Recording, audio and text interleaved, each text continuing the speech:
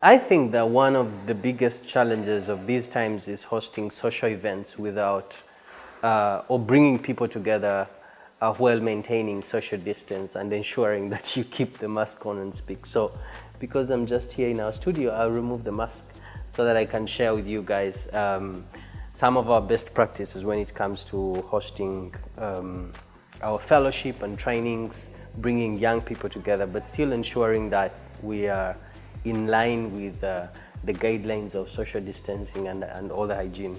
So the first thing you have to do is work with the government. Get permission so that you can bring people together. So there's a lot of moving there, but I'm very grateful to the government of Uganda that supported that process. And then when we're done with that, we have to communicate with the police around the hotel where we're going to be, to ensure that they know that we'll be in the area. And then you have to communicate to the hotel itself and make sure that the hotel is not only in alignment with the social distancing guidelines, but they are also going to be able to work with you. Then we start the communication with our fellows to say, now we have the permission and now we can host this fellowship program. So initially we would do, mix up. It's a community, we get people together to learn different things, but the experience is really around knowing each other, which involves people hugging, people getting to deeply know each other, and that's not there anymore, which is why we've called this fellowship program Apart Together. And then we organize the transport. The transport really has to reduce the risks of interactivity with the public. So either we are going for safe border, or we are going for Uber, or we are going for any other private arrangements. If a parent can bring the fellow, even better. After that, we start planning for the event. What is going to be involved at the event? So we are looking at the thought process of making sure that each and every level of the event involves social distancing. Whatever you used to enjoy that would bring people together, it's not there anymore. So whatever you're doing now, you're saying, okay, we have to socially distance. We have to make sure that people are sanitizing. We have to make sure that people have masks all the time. And that, once it's in your program, then you communicate that. On our case, we made sure that we procure masks for the fellowship so that each and every fellow that comes, you never know, someone may not be able to afford a mask. So we make sure that we have a mask.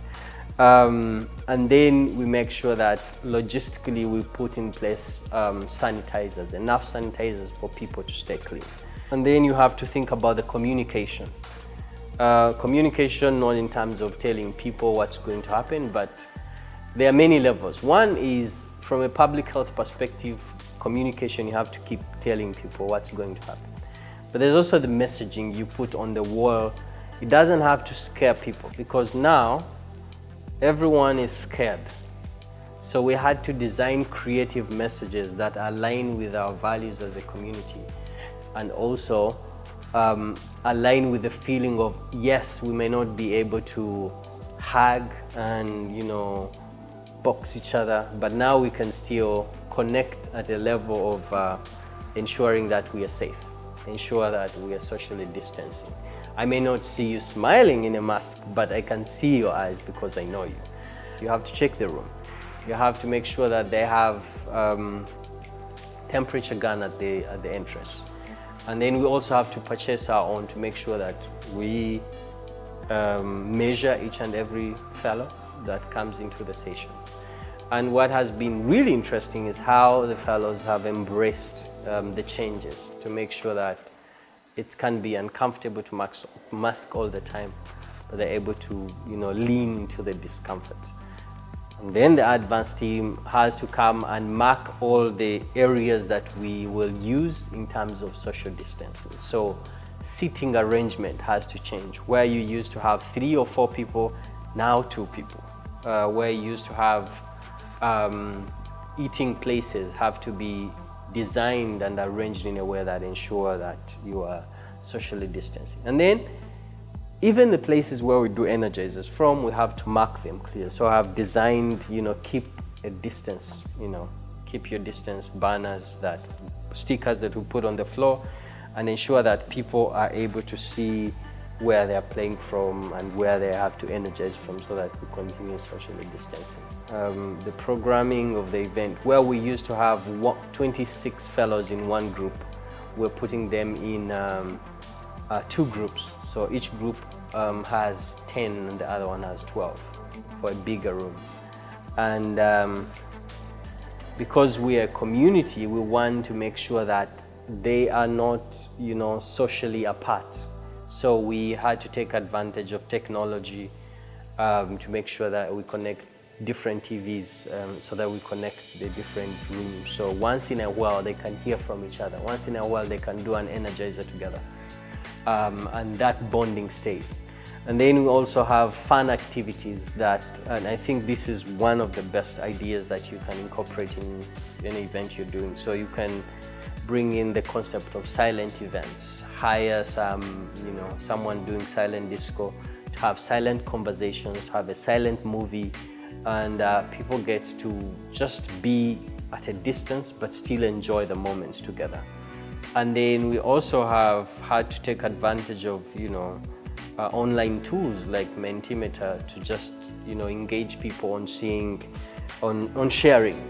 sharing instantly and say, oh, I can see this person shared this.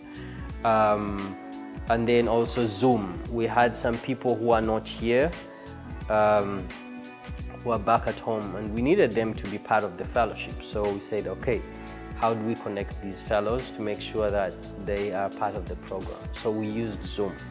But even the preparation for that has to be very thoughtful, in a way that the person who is joining Zoom is not only going to just attend, but they will also contribute. Figures would help, like numbers. Okay.